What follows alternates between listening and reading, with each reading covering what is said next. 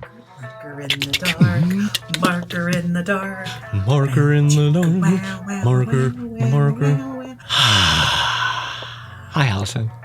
Hi, Matt. Welcome to episode 3. Hi, Allison.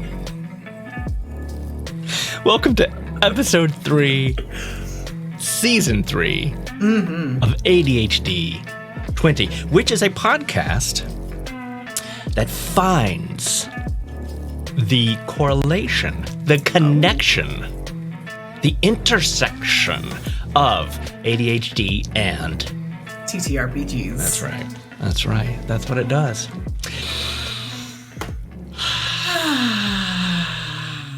Why are we in each other's brains today? Goodness. I know.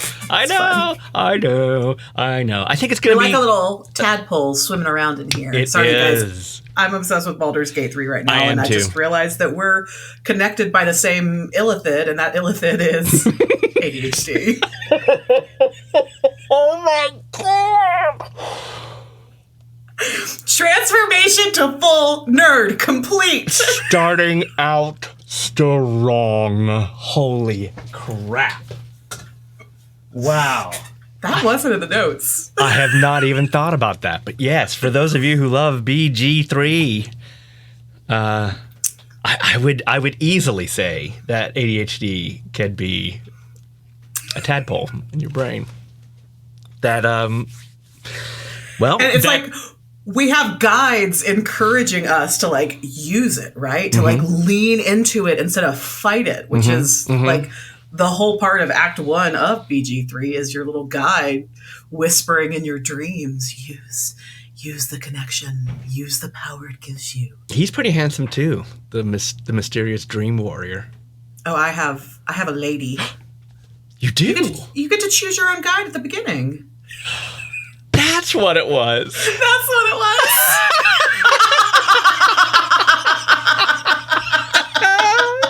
Well, to be fair, I've started this game over about 3 times. Okay.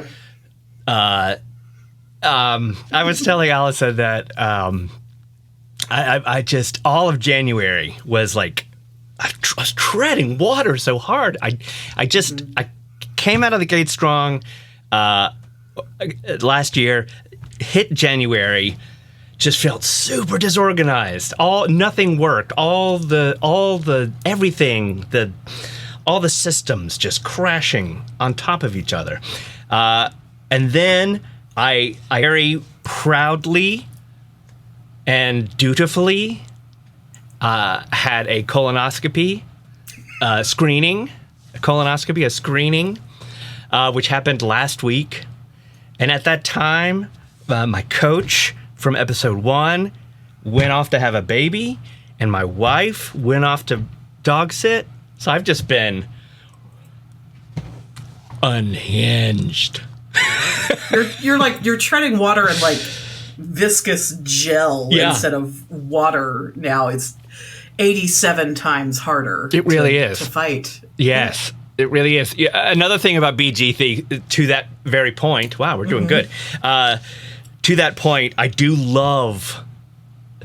Okay, as a dungeon master, I have learned already a shit ton of stuff about DMing from BG3. One of them being the amount of difficult terrain that these dudes go through. Yes.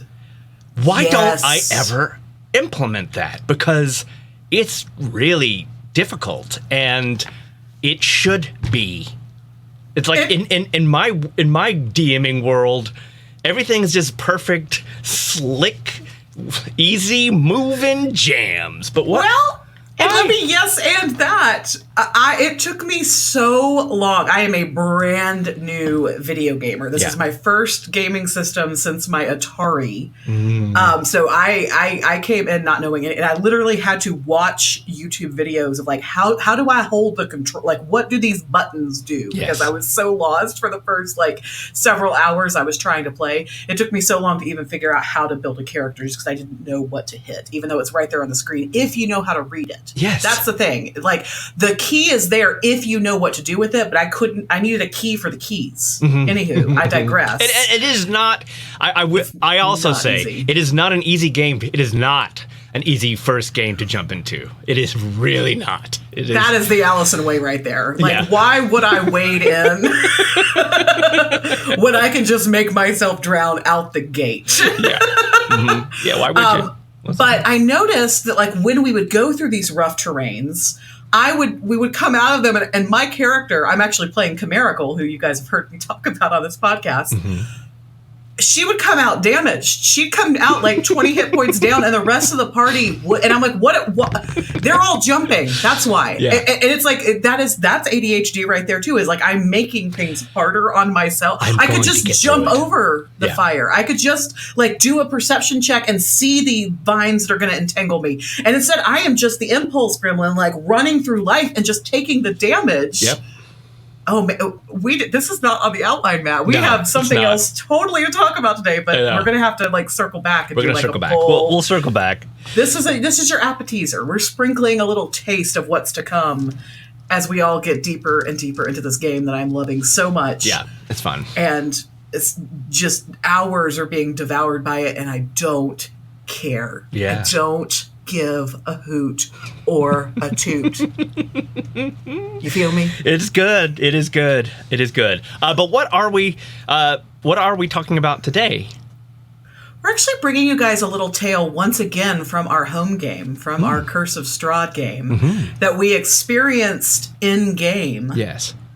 Really just yesterday. Yeah. All the days are running together.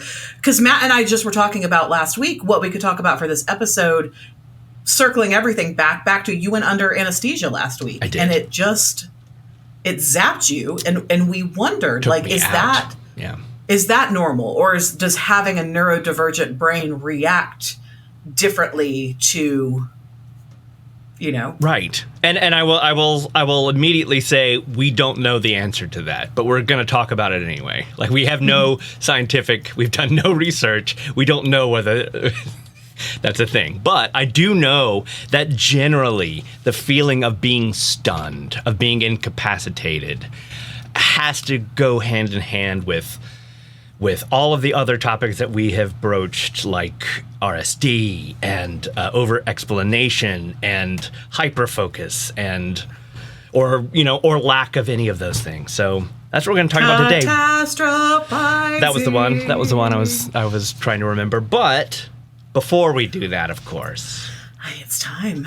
It's time to roll some people. You're rolling. What dice are you rolling with, Maddie? See, I told you I'd make a dice gremlin of you yet.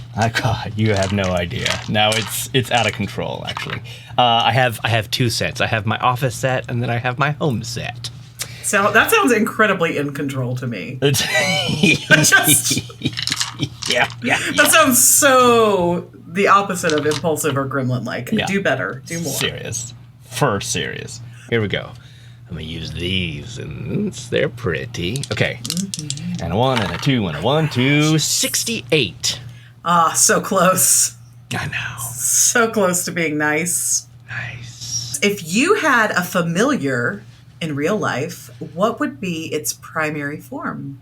Oh. I know. Not a familiar. Okay, so that's a little tricky because, I am a dog person. I love dogs. I don't dislike any animals. But a familiar is such a specific... It's a soul connection. And familiars, for those of you not familiar.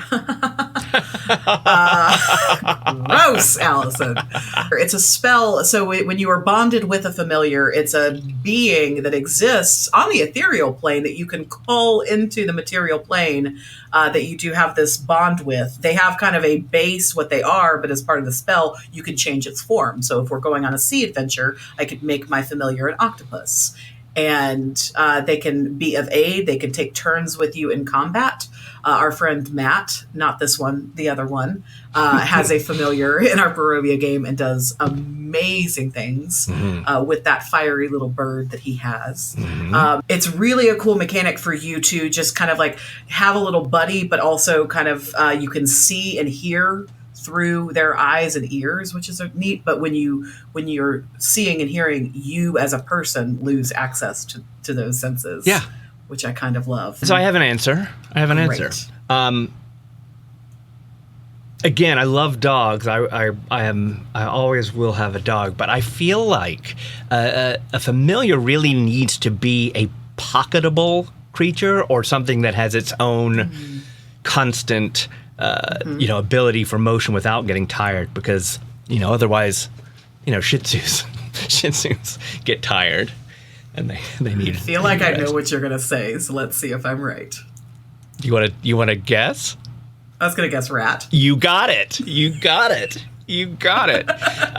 Yes, I think a rat would be a perfect familiar because they are smart. They are personable. I don't mean sewer rats. I know that rats get a very bad rep, but rats can do amazing things. They will live in your pocket. They can learn tricks. I wish I had a rat myself. It's funny. Yeah. You made one of my characters a were-rat in one of our campaigns. Yeah, and like, you threw up a lot. Yeah, I cried. Yeah, I was not. Matt was so horrified as to why I was having such an emotional reaction. I only know pizza rat and sewer rat. Yeah, I love it. Matt the rat, cat's meat man. I mean, it just keeps going on and on. Yeah. Rats. Yeah, perfect familiar. How about you, Allison? Okay, so I know that everybody's going to guess I would pick cat, and that was second place because I love cats. I love my cats, and I think cats make for excellent familiars for many, many reasons. But I was sharing our illithids were connected once again that I would want something a little bit more pocket sized. Yeah. You're not going to be able to guess what mine is. Mine came to me while you were saying rat out of left field, but the more I think about it, the more perfect it becomes to me. If you want to guess. Mole. No. Hamster. No. Sloth. I don't know. Oh, that's a good one, but not that. Sloths aren't pocket, but they can just hang on your neck. Anyways, we can spend an entire episode talking about the best familiars. I would pick porcupine. Holy moly. Because they're smart little creatures is what I know about them, and I feel like we share they've got these the spines, right, the needles, whatever they're called. I don't know a ton about porcupines, but they only use those when they're threatened. Right. They do have the ability to lay them down and be gentle, and I feel like that's me. I can get real prickly real quick. Yes, but I can also choose. You can lay down. When I want to lay down my defense mechanisms. I like it. And they're with their cute little noses. Yeah. Just, Yeah. And also, and I blame you for this, Matt, the burgeoning hipster in me that can't choose the easy, the obvious answer would be cat. I was I got to come up with something cooler, but there has to be a reason. So. Yeah. I love that. I love that. Porcupine and a rat. Porcupines and rats. All right. 2 bids.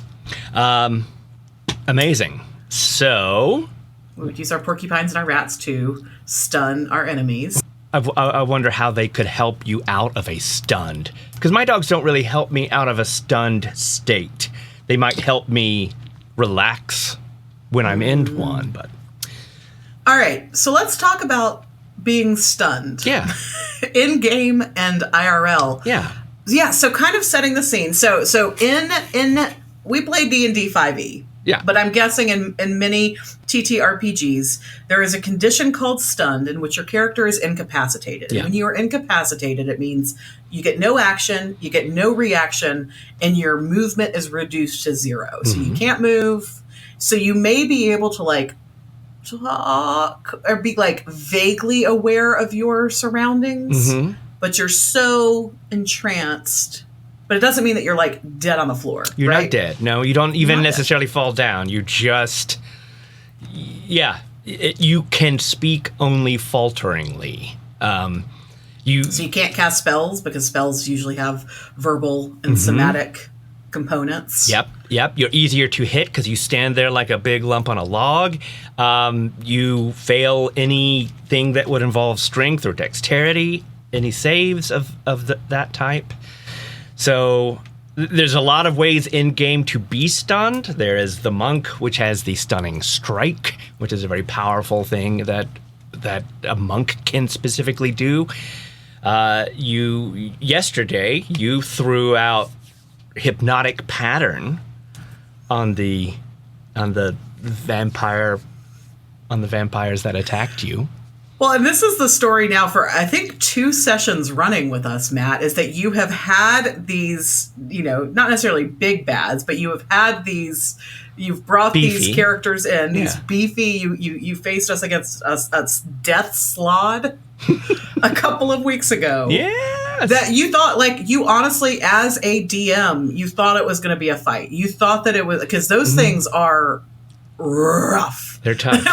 They can take some hits and they can lash out with some hits. So you kind of came into that game like, I got this. I'm putting my party against a death slot, and we weren't expecting it. We had just come out of this room and we had gotten this thing that we've been looking for a really long time, and we're feeling good. And then there's this, kind of thing standing in our way of our hasty exit. Yep. And then yesterday's game, we came across a clearing and a coven of what looked like just, like old regular people. Yeah.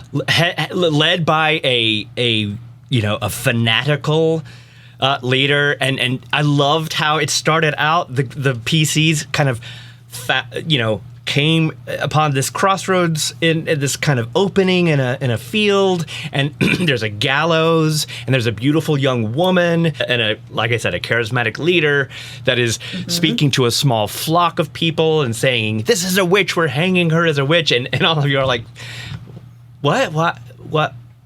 Why?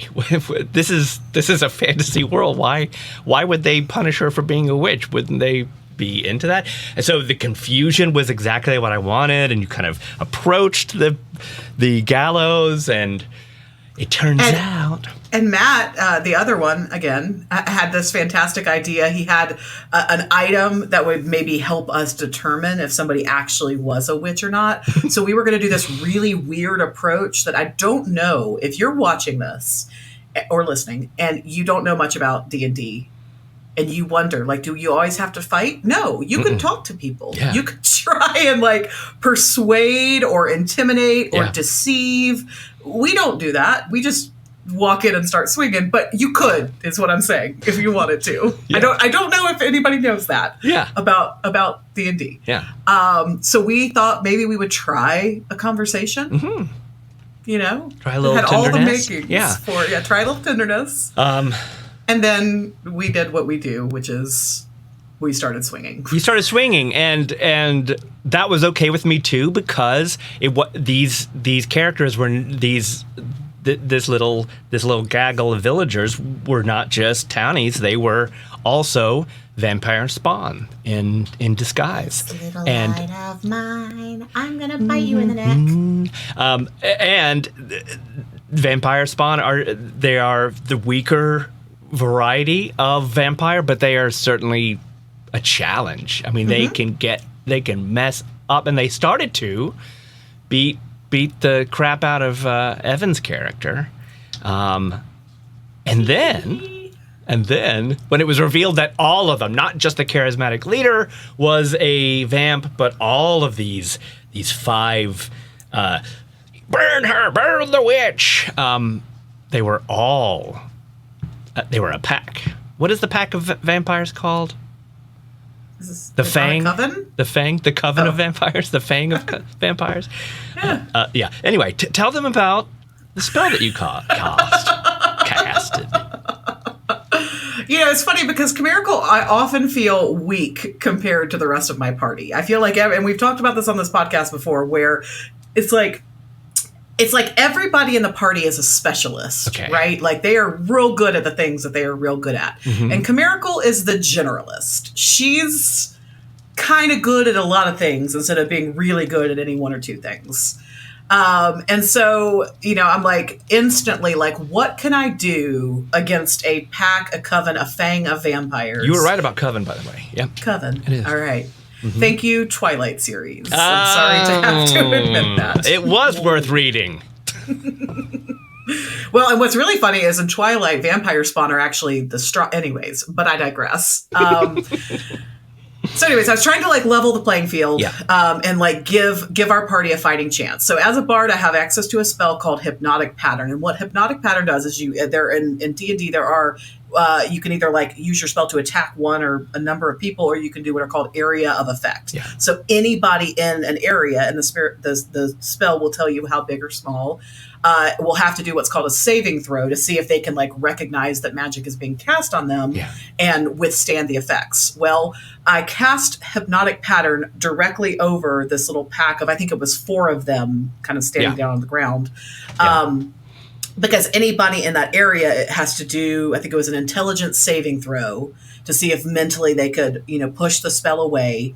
And 3 of the 4 of them failed it. Mm-hmm. So what happened then is they were all stunned, incapacitated. Yes. They couldn't do anything. It's this just warbling mass of energy above them that, as the name might suggest, hypnotizes them. Yeah. And so all they could do was just stare up at it. They don't see anything. They don't hear anything. They can't take reactions, and they can't move. Right. The only thing that can bring them out of it is if I think you can be like shaken out of it. So if somebody in their party had like shaken them one at a time using their action to do so, or if they took damage. So I was like, let me do that. That way we can kind of like pick them off one by one. That way we are in control. We have the high ground on the battlefield. Yes. And it worked, thankfully, like a charm. Now, this is where we get into like action economy, because like had I spent my entire turn to cast that spell and they had all saved, nothing would have happened. Right. I would have wasted a turn to try and damage or hinder in some way. But what I realized as we were playing is by my casting this one spell, this one 6-second decision that I and my character made, completely changed the course of what Matt had presumably spent a lot of time planning. Right. He was ready for this kind of I was not 4-on-5, hot vampire fight action. In more ways than one, because number one, yes, they could have all saved the spell and therefore not have been stunned. Or as a dungeon master, I could have known that when the leader tried to snap them out of it, it would have actually worked, and I didn't know that. Yeah. So whatever, that's not the point. The point is I got shut down. These creatures who were going to provide excitement, entertainment, damage, fear towards the party, that's the fun of the game, is like being challenged. They were just out for the count. And that is such a metaphor for what life with ADHD is like for us. Yes, because as I know that we've touched on before, but it's that full shutdown that feels so different, right? Mm-hmm. It's that full, what do I do now? Really completely just out, incapacitated, cannot take actions, cannot react, cannot strength save, cannot, it is extreme. And we would love to know what other people think about this, but for me at least, it becomes something I have to deal with the feeling of being stunned. I can't fight through it. Mm-hmm. In fact, that oftentimes makes it worse to fight through. Mm-hmm. I have to just experience it. And the difficult part is that we don't always expect it. Some things I can call, some things I can guess, right? Mm-hmm. But I did, last week I had this it wasn't even an operation, this procedure done, but it did involve the first anesthesia that I had been through in 20 years or something. I just forgot how intense it is. Yeah. My first thought about speaking today was, do people with ADHD brains or anyone that struggles with time blindness? Mm-hmm. Because the whole concept of anesthesia is that you are out, you are done. Mm-hmm. And so you think you're just going and then suddenly you're awake and an hour has gone by. And that is so traumatic because I live in a world where there is no time, and for it to actually literally be gone. Not just, oh yeah, I was sleeping, or I was doing something I wasn't supposed to be doing, or I was doing something I was supposed to be doing and I just wasn't aware of time. This is like lights out little cookies. You had like an emotional reaction to that last week, though, which was that I was a little stunned by that. Like, you know, we knew that you were going into the procedure. It's not a fun procedure to have to prep for or go through. No. You were put under anesthesia. Like, so we knew those big pieces. I do remember because you got it done on a Wednesday. I did.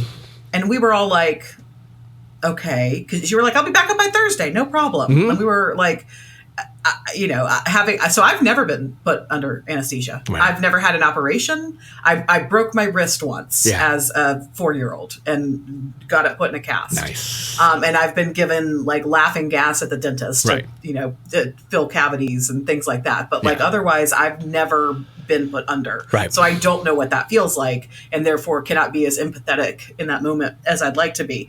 But you were fully planning on being fine on Thursday, which we were all like, Matthew.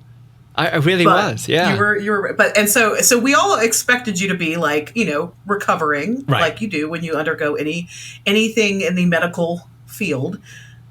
But you were like upset about the like 3 hours of time that you lost. Yeah.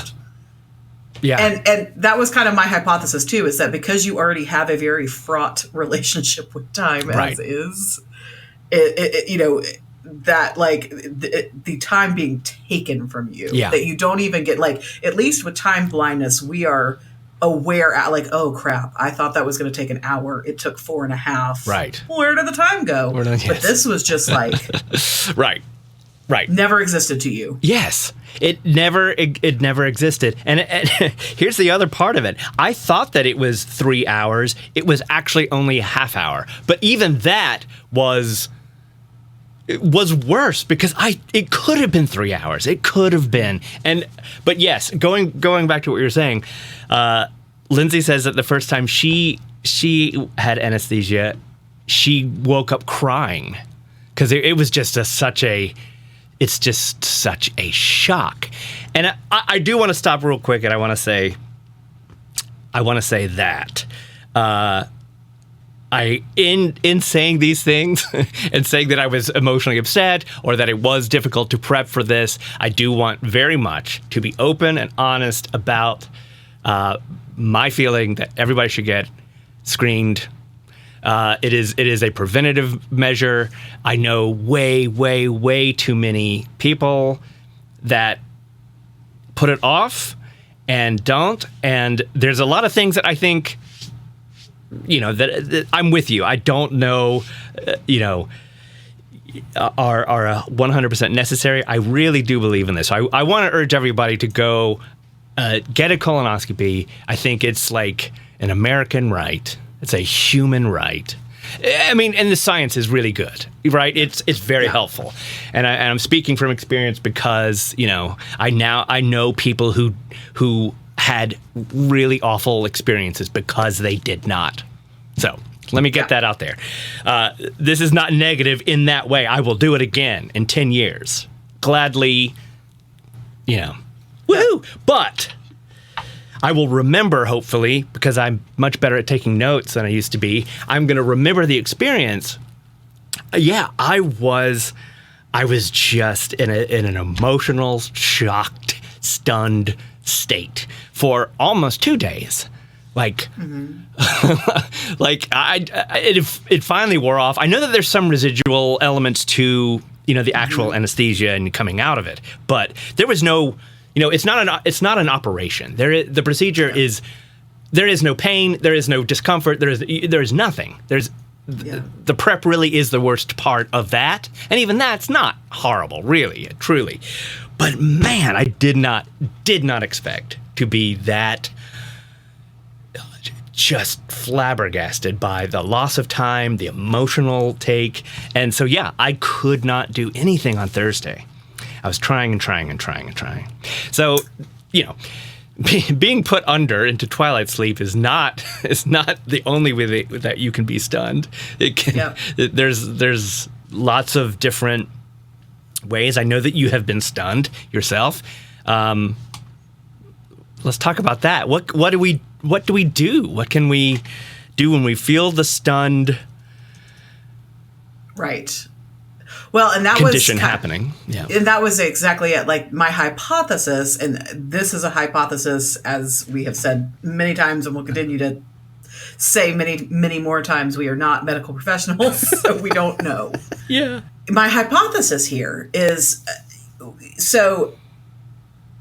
When you're being stunned in game, whether it's from a magic effect or a spell, you typically do something, as I mentioned before, called a saving throw.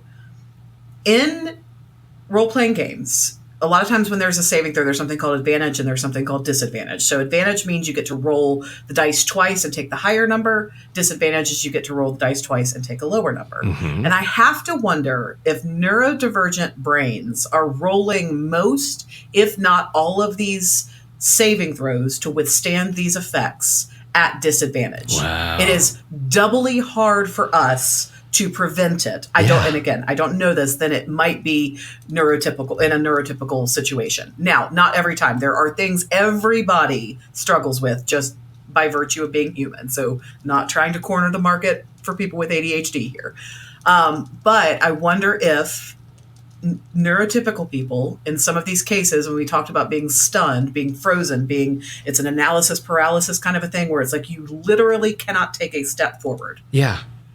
If neurotypical people are rolling what is called just a straight roll, where they just roll the dice once, or they're even rolling at disadvantage because they've practiced and have gotten really good at recognizing the warning signs that something's going to knock the wind out of them, and they know how to dodge those effects more fully and completely than neurodivergent people do. Right. And that's the feeling that, as we've been talking about this, that I personally just cannot shake. That how many things in our lives totally stupefied us. Yes. Because of our inability to save. Yes. to roll a high enough number on whatever the dice of life are. Well, I did find an article on autism.org. Okay. I tried to keep it neurodivergent instead of specifically ADHD, just because I know that they're so entwined. And this is just one person's take.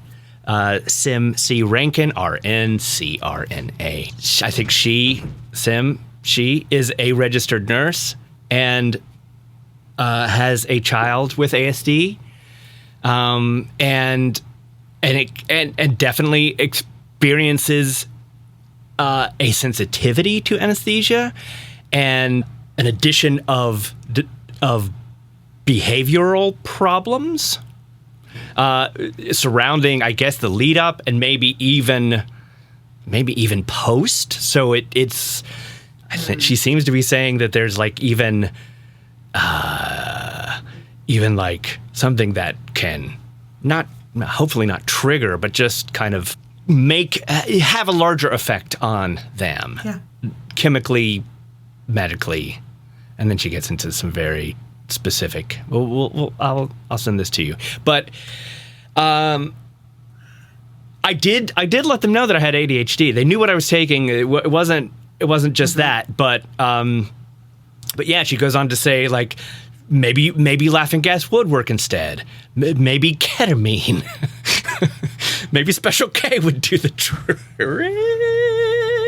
But I don't know. Like trying to say is there something about a drug that just knocks you out? Well, but again, we're not talking about like the drug itself with you. It worked as intended. But you know what has popped into my mind that we've talked about a lot is our emotional reactions to non-emotional things. Yep. Why, when something upsets us at work or in life, like we get I don't know if it's the RSD, if it's the catastrophizing, but it's like we take it personally. Yeah. When I can't solve this problem, that speaks nothing to how I am as a person, how giving or kind or loving I might be. Yep. I take it as a personal insult, like I am the dumbest, worst. And so it's interesting that the residual effect from the drug, the medicine, I don't know what we're going to call the anesthesia, is the same thing as taking these hits. Right. In our work and personal life. Right. It's the emotional reaction that we're talking about. That's what we're talking about, right? Because I'll give you a perfect example immediately. In the span of this 30 minutes that we were talking, we started talking about the in-game experience of casting a hypnotic pattern, and we in our outline we actually took the official write that thing, an outline. Yeah, the outline. We actually took the spell and the condition from D&D Beyond, from the official things, and sure enough, yes, I did not know that you can snap people out of certain spells, and I just suddenly was like, wow, I'm a terrible dungeon master. I just don't ever prepare. I don't ever do a good job. I don't ever know what I'm doing. It is hard. Like, it's a constant, never ending, like, emotional reaction. And it's like us trying every single time we open our mouths to not go there, right? And so if you take something that is, yeah, sure, I can absolutely see why that would be an emotional, it would give you an emotional reaction. I promise you, it's 10 times worse for us. It's just 10 times more, right? Now we're just pinging emotion back and forth because now I'm like, that's not your fault, it's my fault for not reading that sentence in game. I'm a terrible player. Why would anybody want to play games with me? I'm the worst. When there was no part of me being like shady by not.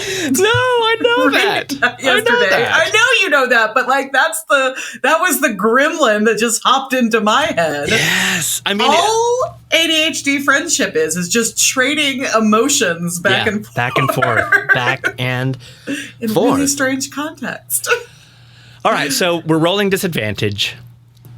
Something happens. We can't, maybe we have friends that are rolling, I don't know if they're rolling advantage. Maybe they are. Maybe they, but they're at least rolling, rolling dice. They're getting out of the situation. We are still stuck. We're stuck. We're still stuck. What can we do? What do we do? I have an answer. You're not going to like it. Oh, you do have an answer. Meditate? Well, the answer to everything, like any emotional or physical malady that we experience as human beings can be, if not solved, then lessened or unburdened with one thing, and it is time. Mm-hmm, yeah, and like and that's especially because now I'm like weaving layers for you as someone who does suffer from time blindness. So I'm telling you, who is suffering emotionally, that the only way out of the suffering is to allocate the right amount of time to allow your mind and body to experience that thing. And I get the trap of that is expecting someone who has an already fraught relationship with time to be able to do that. I remember, I don't know why this like memory just came to my mind when I was in probably late elementary or junior high. We had a DARE, drug abuse resistance education kiddies officer. Officer Laramie was and he we all had a relate, like he was our DARE officer, and like all the kids, like we looked forward to our time with Officer Laramie, and so he would come in and help keep kids off drugs. Was he hot? Like, no, he was very like dad energy, just like middle-aged man, charming, mustache, sure. But he was and he was so kind, and he's teaching us about drugs basically. That was the best part about DARE, is that they're trying to keep you away from drugs while actively teaching you like so this wrong. Is a pipe versus a bong. So backwards, yes, yeah. But I digress. I don't know why this has stayed with me, locked in as a core memory. Yes. But there was basically like what to do with a drunk person. And it was a unit on like smashing all of the wives' tales about how you can help someone sober up faster. And he had this whole like, do not give them coffee because then you're just going to have a hyper drunk person. Do not put them in the shower because then you're just going to have a wet drunk person. Do not give them a greasy meal because then you're just going to have a drunk person with an upset stomach. Like going through all of these things that we were all taught, would kind of like sober you up faster. And the whole point of this spiel was nothing sobers you up but time. Okay. When our hearts break, when we are going through intense emotions over, love lost, love scorned, we all know this from experience, but when you're going through it, the only thing that's going to heal that broken heart of yours is time and distance. Like you just got to get far enough away from it. It's why there are phases and layers and levels of grief. Like you just kind of got to keep going. Yep. It's something that universally we as humans know. If not fixes, at least improves things. Give it time. That's why that's an adage. And yet it is something that we don't do. Don't put into we do not give it. You expected to go under on Wednesday and come back up completely normal on Thursday. Yep. And physically, I felt fine for the most part. Physically, again, no, so I just thought, well, I don't have COVID. I don't have the flu. I'm not sick. I don't have like the correct excuse. I don't have the right excuse. But what is that excuse? That's it. Is like, well, who defined that excuse? I did, but why? Like that's not. So you're right. Like to be able to have friends around you, and to be able to say, guys, I am so sorry. I don't have a good reason. I cannot do today. I just can't. Exactly. And that's including yourself, by the way, your friend being yourself. Yeah. Because that was the person that wasn't going to let me do that. Exactly. Y'all were fine. Y'all were like, why are you even here? But it was Matt that was like, I have so much to do. I have got to snap out of it. What is wrong with me? Well, and here's the what if you want that. We, like you, me, and Evan are all especially bad at this. Yes. And I have a feeling we are not alone. When we are starting to like feel the effects of something, we think I can just push through. Yeah. 999 times out of 1,000, it would be better if you would just take the day and try again tomorrow. Yeah. Because ultimately what happens is when you try and just push through things, you cause more damage and have to stay. And I would rather lose you fully for a day and have you at 100% tomorrow or 75%. Why do I have this expectation that anybody's ever at 100, right? But instead what happens when we try and push through is that we deplete and now we can get into the whole like short rest, long rest discussion again, like where you're not allowing yourself to fully heal. Right. So instead of like you're a good day, let's say a good day, your ceiling is 85%. Because I just think 100% is way too much to ever ask of anybody. Sure. Okay. So that's like, I've gotten my rest. I've restored all my spell slots. Like I have all of my provisions. I am ready to go. I'm going to be at about 85% today. Yep. But when you're pushing it, you're maybe at 60%, maybe at 25%, right?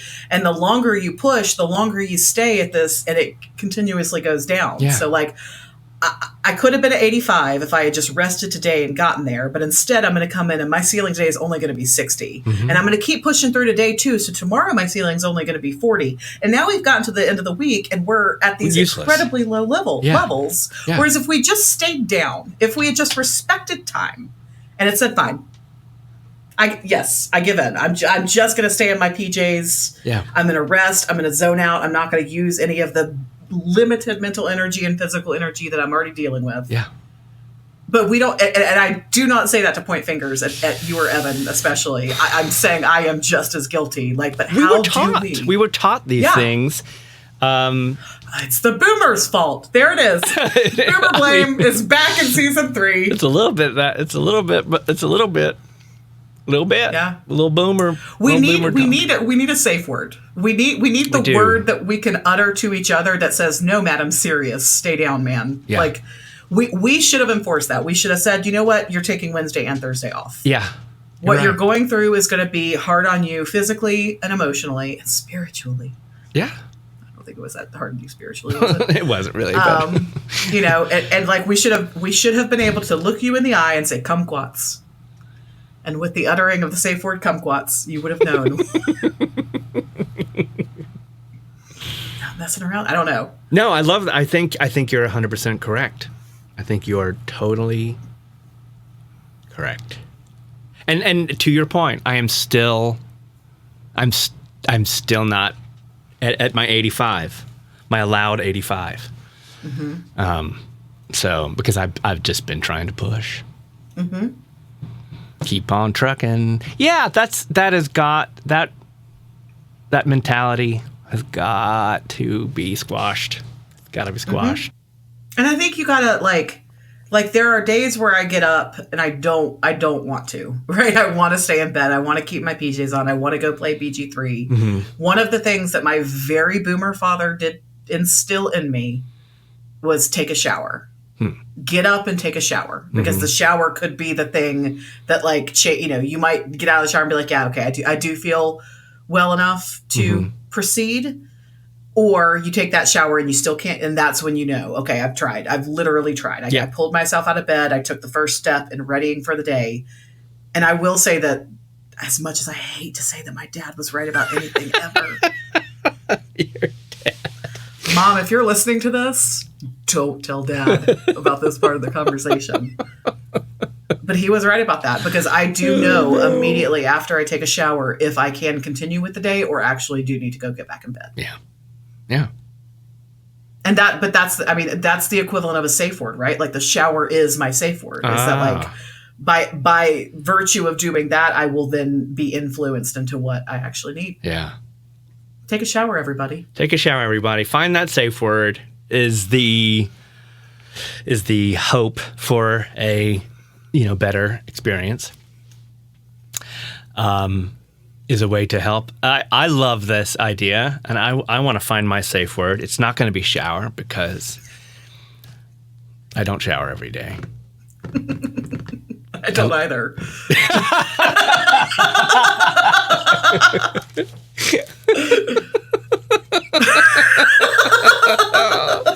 But yes, but finding that safe word is so true, and that getting out of stunned. I mean, sometimes, just like the spell, some people can come in and say, snap out of it, right?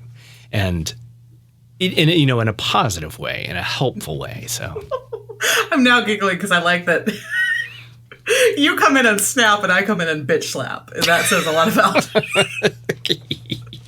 the types of human beings we are. Yeah. Well, I like this. Allison. I will try to do better about just being aware and being like, hey, guess what? And I'm stunned. I have the stunned condition. I'm incapacitated. Don't try and push through. Let your party come rescue you. Yeah. Or your foes kill you. Yeah, you don't want to die from ADHD. You don't want RSD to kill you.